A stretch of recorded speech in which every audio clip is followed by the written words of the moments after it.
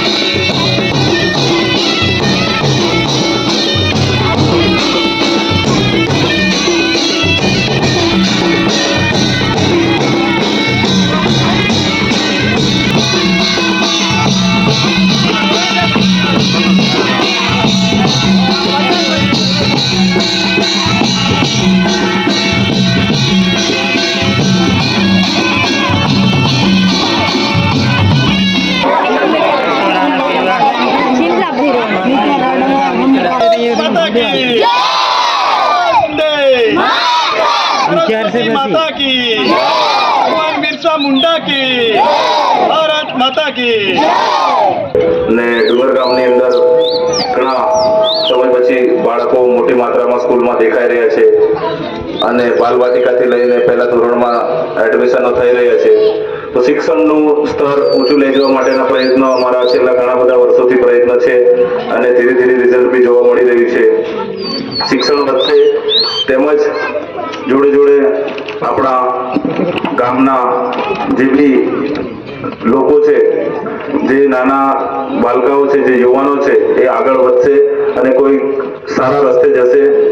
શિક્ષણ એક એવો પાયો છે જે ઘરની અંદર આપણે ઘર બનાવવા માટે પિલર પાયા કાઢતા હોય એવી રીતે જે પાયો મજબૂત કરીએ તો આખું ઘરનું આયુષ્ય વધી જાય છે. જેવી રીતે તમારા બાળકોને તમે સ્કૂલ સુધી મોકલી આપશો અને નાના બાળકોને સ્કૂલેથી ઘરે ગયા પછી તમે સમય આપશો, સારી રીતે એમને શિક્ષણનો સલાહ આપશો અને બાળકનું હોમવર્ક થી લઈને સ્કૂલ કેટલા સમય જાય છે, મારું બાળક શું કરે છે, એવું કાળજી રાખશો, ધ્યાન કરશો તો તમારું બાળક આજે અશોકભાઈના છોકરા બંને પહેલો નંબર છોકરો છોકરી લાવ્યા, તો મતલબ એ બી અહીંયા ઘરે રહીને બાળકો ભણાવે છે.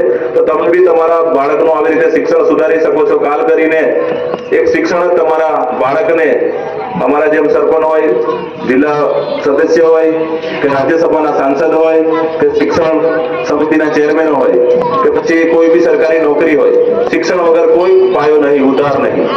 અને જે બી આ બહેલા છે એ નાની મોટી શિક્ષણ લઈને પોતાનું પદ મેળવ્યું છે. આજે એક રાયસિંગપુરા ગામમાંથી રાજ્યસભાની અંદર પહોંચવું મુકેશભાઈ 20-25 વર્ષનું એમનું બલિદાન છે એના પાછળ અને ખૂબ જ સારું ડોક્ટર PhD સુધીની એમની ડિગ્રી છે.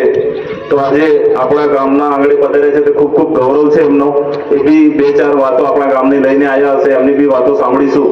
અને જોડે જોડે આવી જ રીતે શાળા મહોત્સવ હોય કે વાલી મીટિંગ હોય કે ગ્રામ સભા હોય કે ગ્રામ પંચાયતનું કોઈ બી કાર્યક્રમ હોય, તમે હાજરી આપો. તમને છે કે શું ચાલી રહ્યું છે શું નહીં. તો તમામ લોકોનો હક છે, અધિકાર છે. ગામની અંદર તમામ નાની મોટી મિટિંગો જાણો, આગેવાનો મળો, વડીલોને મળો, સરકારી પદ અધિકારીઓને મળો. તમારા બાળકનું શિક્ષણ સુધારવા માટે જો બાળકની નિષ્કાળજી તમે રાખશો ઘરમાંથી તો બાળકનું કોઈ ફ્યુચર સુધરે નહીં. નાની ઉંમરમાં લગ્ન થઈ જતા હોય છે, નાની ઉંમરમાં પછી મા બાપ બની જતા હોય છે, તો ઘણા બધા ઇસ્યુ આવતા હોય છે. તો શિક્ષણ સારું એવું લીધું હશે તો તમારું બાળક બી અને તમે જાતે બી જિંદગી કઈ રીતે જીવી, ભણતરમાં આગળ વધારવું છે કે મહેનતમાં કે મજૂરીમાં તમે ડિસિઝન લઈ શકો છો. તો શિક્ષણ એક એવો પાયો છે, આપણે જ્યારથી આવ્યા છે ત્યારથી કીધું છે કે શિક્ષણ પ્રત્યે તમને કંઈ પણ હોય, નાની મોટી આર્થિક પરિસ્થિતિની આર્થિક રીતે મદદ જોઈતી હોય બાળકને ભણાવવા માટે તો બી અમને વાત કરો, અમારી બનતી કોશિશ અમે મદદ કરીશું. ઘણી બધી અમે સપોર્ટ કરી રહ્યા છીએ જેથી કરીને આપણા ગામનું અને આપણા બાળકોનું શિક્ષણ સુધરે. તો ખૂબ ખૂબ અભિનંદન પાઠવીએ છીએ ગ્રામજનોને મોટી સંખ્યામાં હાજરી આપી. આવી જ રીતે હળતા મળતા રહીશું અને ગામનું સારી રીતે શિક્ષણ બાજુ સંચાલન આપણે બધા મળીને કરીશું. જોહાર, જય હિન્દ, ભારત માતા કી, ભારત માતા કી, વંદે વંદે, બોલો ટંકાર રામા મિલકી, ભગવાન બિરસા મુંડા કી.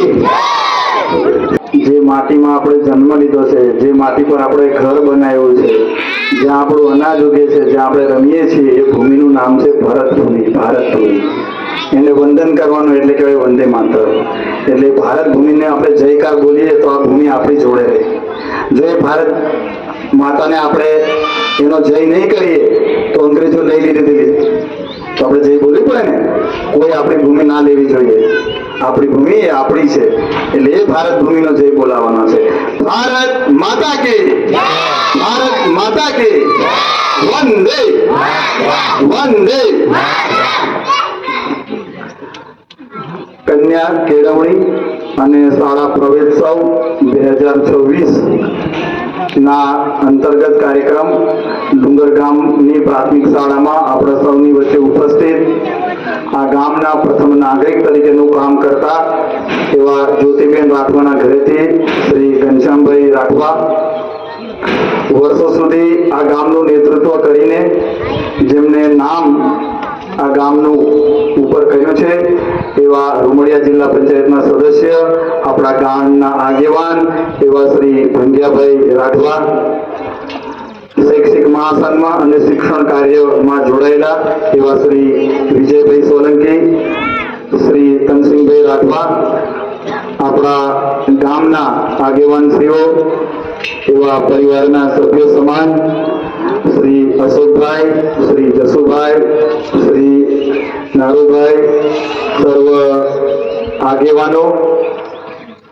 અને જ્યારે પણ હું રાજનીતિમાં જોડાયો ત્યારે કોઈ જોડે હોય કે ના હોય, કામ કરવા માટે મારી સાથે બે લોકો હંમેશા સાથે રહેતા એવા રમણભાઈ અને મારા મિત્ર દિનેશભાઈ અને ગામના આગેવાનો અને આ ડુંગર ગામને નવા ભવિષ્ય કહી શકાય એવા વાલા ભૂલકાઓ, માતાઓ, બહેનો, આંગણવાડીના કાર્યકરો, કર્મચારીઓ, સૌને નમસ્કાર. આમાંથી આપણને જ્યારે પણ કોઈ પૂછે કે મામાનું ઘર જવું છે તો કેટલાને ગમે? હાથ ઊંચો કરો. મામાના ઘરે જવાનું કે તો ગમે? કોઈને ગમે? આ પેલા ભાઈ નહીં ગમતું. કોને ગમે? મામાના ઘરે જવાનું કોઈ કે ને તો તરત તૈયાર થઈ જાય એવા હાથ ઊંચો કરો. વાહ, આ બાજુ કોઈને નહીં ગમતું. કેટલાને ગમે? હાથ નીચે. ગમે ને? તો મને પણ મામાનું ગામ કે તો મને બહુ ગમે. એટલે આ મારું મામાનું ગામ છે તે મામાના ઘરે હું આવ્યો છું. તો ગમે ને પણ? તો આ ડુંગર ગામ મારા મામાનું ગામ છે. લગ્નની અંદર મારું જયારે લગ્ન થયું 10 વર્ષ પહેલા ત્યારે આ બધાને નચાવે ને, પણ એક આકસ્મિક કારણસર મને નચાવ્યા નતા. એટલે આજે ભાણેજને બધા નચાવતા નચાવતા અહીંયા શાળામાં લઈ આવ્યો બધા. એટલે આજે બધું વસૂલ કર્યું 11 વર્ષ પછી.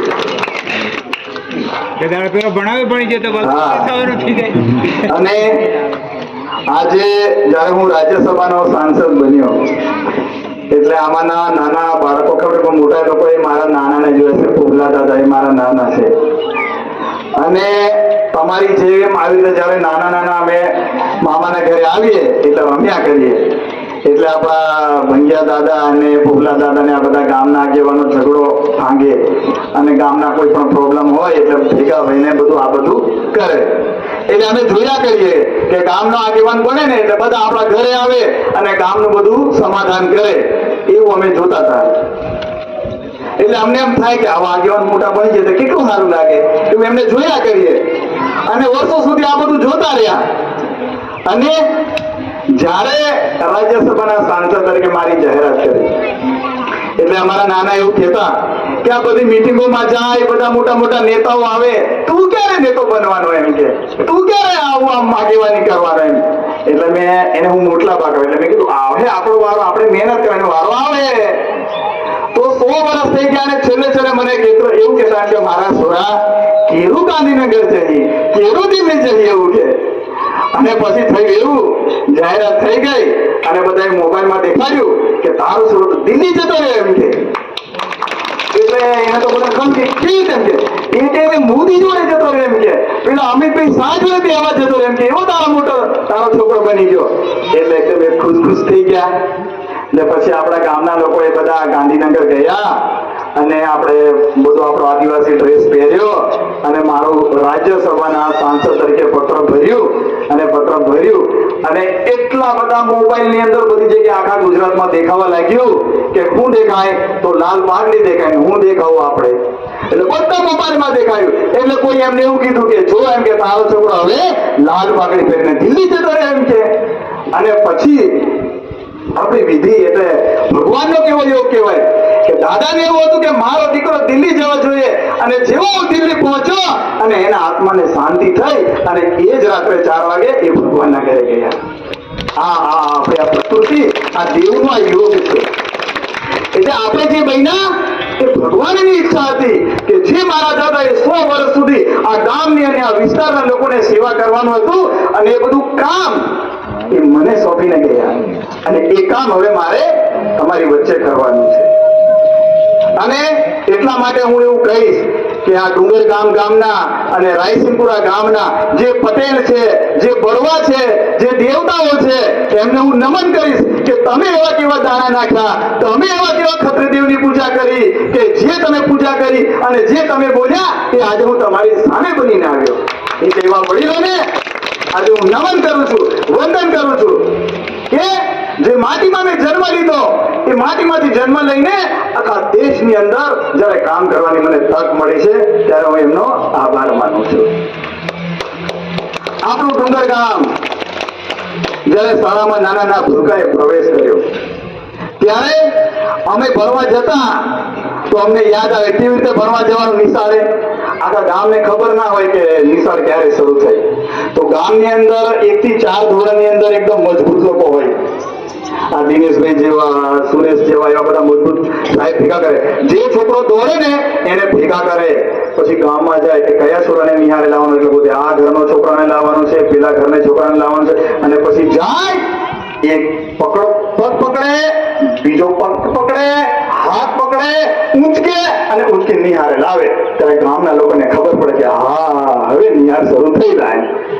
ગામની તો બૂમો પાડે મારે નિહાળે નહીં જવું, માએ રમવા હોય મેં નિહાળે નહીં જતો, મને નહીં ગમતું.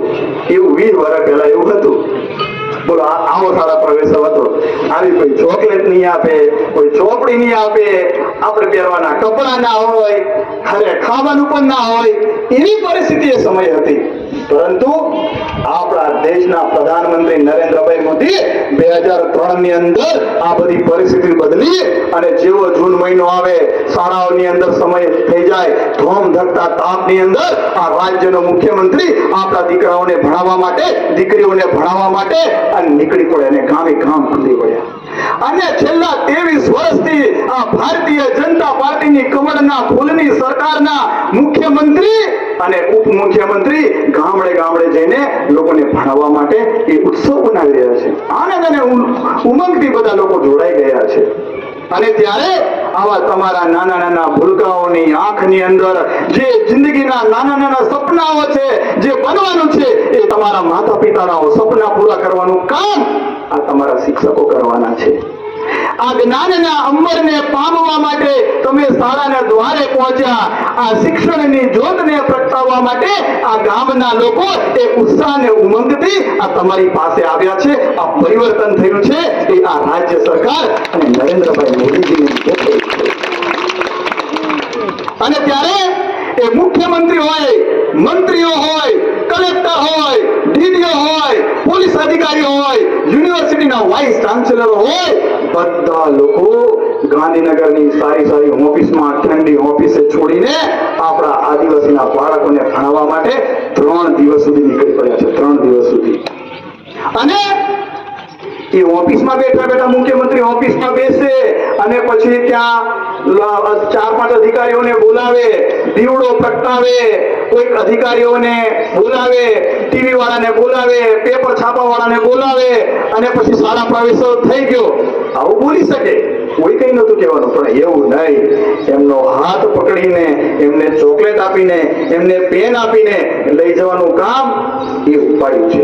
ત્યારે આપણે બધા એ સાથે મળીને માત્ર સરકાર કામ ન કરી શકે, આપણા બધાનો સાથ અને સહકારની જરૂર છે. ગામમાં પેલા પૂછે કે આ ભણવાની છોકરાઓને ભણાવવાની જવાબદારી કોની? તો એવું કે તો માસ્ટરની. એમ કે કોઈ સરપંચને પૂછે કે ભણાવવાની જવાબદારી કોની? કે માસ્ટરની. મા બાપને પૂછે કે માસ્ટરની. છોકરાઓને પૂછે કે કોની જવાબદારી? તો એમને ખબર ના હોય. એવા દિવસો હતા. પરંતુ હવે રાજ્ય સરકારની સાથે ગામના આગેવાનો જોડાય, સરપંચશ્રીઓ જોડાય, ચૂંટાયેલા પ્રતિનિધિઓ જોડાય, માતાઓ જોડાય, સૌ વાલીઓ જોડાય અને ચોક્કસ પ્રકારે શિક્ષણ મેળવે તો આપણે આગળ વધી શકીએ. શિક્ષણથી શું આવે? એનો જીવતો જાગતો દાખલો હોય તો હું છું. ઘણીવાર માતા પિતાને એમ થાય કે આપણી પાસે પૈસા નથી, આપણે ભણ્યા નથી, તો કેવી રીતે આપણે આગળ વધીએ? તમને ખબર છે, મારી માં ભણી નથી, મારા પિતાએ ભણ્યા નથી, અને તોય અમને કે નિહારે જવાનું, અને મારે નિહારે જા નીકળ પછી ડગરા ચારવા જવું પડે, ગાય ચારવા જવું પડે, નીકળ નિહારે જા એમ કઈ મોકલે. અને એ ભણતા ભણતા હું 1લું ધોરણ, 2જું ધોરણ, 3જું ધોરણ એમ કરીને 12મું ધોરણ મેં પૂરું કર્યું. પછી કોલેજના 3 વર્ષ પૂરા કરી નાખ્યા. પછી પાછા બીજા 2 વર્ષ પૂરા કરીને એમએ કહેવાય. પછી તમને ભણાવવા માટે તમે બીએડ કર્યું, શિક્ષકોને ભણાવવા માટેનું મેં એમએડ કર્યું. મને એમ થયું કે વકીલાત કરવું જોઈએ એટલે એલએલબી પાછું શરૂ કર્યું. મને એમ થયું કે કોમ્પ્યુટર શીખવું જોઈએ એટલે મેં કોપા કોમ્પ્યુટર 2 વર્ષ આઈ કર્યું. મને એમ થયું કે મારા માતા પિતા ભણ્યા નથી, પરંતુ આ ડુંગર ગામનો ભાણેજ, આ રાયસિંગપુરાનો વ્યક્તિ ખૂબ ડિગ્રી ભણે એટલે પછી મેં પીએચડી કર્યું. આજે હું ડોક્ટર બની ગયો. ડોક્ટર આ તમારી આંખોની સામે તમારો દીકરો ઉભો છે. આ શિક્ષણની તાકાત છે. અને જ્યારે આવું સમાજનું કામ કરતા કરતા મેં રાજ્યસભાના સભ્ય બનવા માટે મેં કઈ કાગળિયા લઈને નતો ગયો, મેં કઈ પૈસા લઈને નતો ગયો કે મને આટલા મોટા નેતા બનાવો. રાજ્યસભાના સાંસદ બનવું એટલે તમારે આખા દેશ અંદર કેટલી મહેનત કરવું પડે. મોટા મોટા નેતાઓ હોય એ રાજ્યસભાના સાંસદ બને, અને રાજ્યસભાના સાંસદ તરીકે આખા દેશની અંદર જે પણ કોઈ કામ કરવા હોય એની આપણને સત્તા મળી હોય. વર્ષની અંદર 6 કરોડ રૂપિયા મને સરકાર આ લોકોના કામ કરવા માટે આપશે. કોઈ પણ માનનીય કલેક્ટર શ્રી હોય, ડીજી શ્રી હોય, વહીવટી તંત્રને આપણે ગામનું કોઈ કામ કરવું હોય તો એ બધું કામ આપણે કાગળમાં લખીશું, એ અધિકારીઓ આવશે અને આપણા ગામનું આખા વિસ્તારનું કામ થશે. એવી શક્તિ અને પાવર આ ભારતીય જનતા પાર્ટીનું કામ કરતા કરતા, મહેનત કરતા કરતા મને આપશે. જયારે નામાંકન ભરવાનું હતું, ફોર્મ ભરવું પડે એટલે આપણી સંપત્તિ, પૈસા દેખાડવા પડે. હવે મારી પાસે આખા બધા બાકીના કોઈને 2 કરોડ, 3 કરોડ, 50 કરોડ એવી બધી સંપત્તિ દેખાડે. હવે મારા બેંક ખાતાની અંદર દેખ્યું તે પૈસા જ નહીં, થોડા કે જતા. હવે દેખાડવું પડે યાર, આ સાંસદ બને આખા પબ્લિકની વચ્ચે કરવું પડે. તો બેંકની અંદર ઇન્કમ ટેક્સના પૈસા આપવા સિવાયના પણ મારા ખાતામાં હતા નહીં. એવા દેશની અંદર એવા મને સાંસદ બનાવ્યો, અને દેશની સંસદની અંદર સૌથી ભાજપમાં નાની ઉંમરનો મને સાંસદ બનાવ્યો. બોલો કેવું ગૌરવ લેવા જેવું કામ છે. તો એના માટે આ ભણવાનું છે. ગામની અંદર દીકરીઓ પર નરેન્દ્રભાઈ મોદીનો બહુ પ્રેમ છે, ભણવાજો. દીકરી એટલે ઘરનો નાનો બાળકને સાચવવાનું, ઘરનું કામ કરવાનું, પાણી ભરવાનું, કોઈ મહેમાન આવીને સાચવવાનું, એટલું દીકરીઓનું કામ નથી. દીકરીને ભણાવવાની જવાબદારી નરેન્દ્રભાઈ મોદીએ 23 વર્ષથી લીધી છે. આ નાના નાના કામ માટે દીકરી નથી, દીકરી એટલે પોતાના પરિવારને પણ તારવે અને સાસરે જાય એટલે ત્યાં પણ તારવે. આ બે કુળને તારવે. એટલે માતાઓ બહેનોને મારી વિનંતી છે કે દીકરીઓને ચોક્કસ તમે ભણાવજો ને ભણાવજો.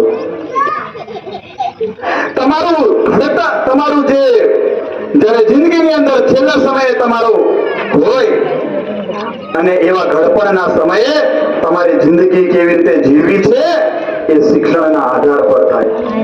તમારા દીકરા દીકરીઓ તમને અત્યારે તમે હાથ પકડીને તમે નિહાળે મોકલશો, એને સારું વ્યવસ્થિત જમાડશો, એના સરસ મજાના વાળ ઓળશો, એના નખ કાપશો, એને સરસ મજાનો તૈયાર કરશો અને આ તમે કામ કરશો તો ઘડપણના સમયે એ જ તમારો હાથ પકડીને તમને જમાડશે, એ જ તમને સારા કપડાં પહેરાવશે, એ જ તમને સારી રીતે નવડાવશે. એટલે મારા વાલીઓને વિનંતી કે દીકરા દીકરીને ભણાવજો કે તમારું ઘડપણ એ ધન્ય થઈ જાય. અને જો તમારા ઘરમાં આ વિદ્યાની દેવી એ સરસ્વતી જો તમારા ઘરમાં આવશે અને તો જ પાછળ ધન સંપત્તિ પૈસા વાળી લક્ષ્મી માતા ઘરમાં આવશે. બાકી એમને એમ સંપત્તિ ઘરમાં નહીં આવે. એટલા માટે સરસ્વતી માતાની પધરામણી તમારા દીકરા દીકરીઓ દ્વારા કરજો એટલે પાછળથી લક્ષ્મી માતા પણ તમારા ઘરમાં આવશે. તમારું ઘર નંદનવન બનશે, તમારો સમાજ નંદનવન બનશે અને આ રીતે આખું કલ્યાણ થશે. અને વિશેષ જ્યારે આ ડુંગર ગામની અંદર અનેક પ્રકારના બધા કામો પણ છે. મને ગનુભાઈએ પણ જણાવ્યું બાળકો માટેનું રસોડ બનાવવાનું અને શેડ, પાણીની વ્યવસ્થા માટે બોર, દીકરા દીકરીઓ માટે અલગ શૌચાલયની વ્યવસ્થા, શાળાની ફરતે court, CCTV camera, paver block, library, બગીચો ગાર્ડન, જીબીના વીજ કનેક્શન માટે ડીપી, સ્માર્ટ ક્લાસ માટે એટલું બધું મને કામ સોંપ્યું છે. પરંતુ હું એમ તમને નહીં કહું કે આટલું બધું કરવા માટે મારી પાસે સરકારે મને મોદી સાહેબ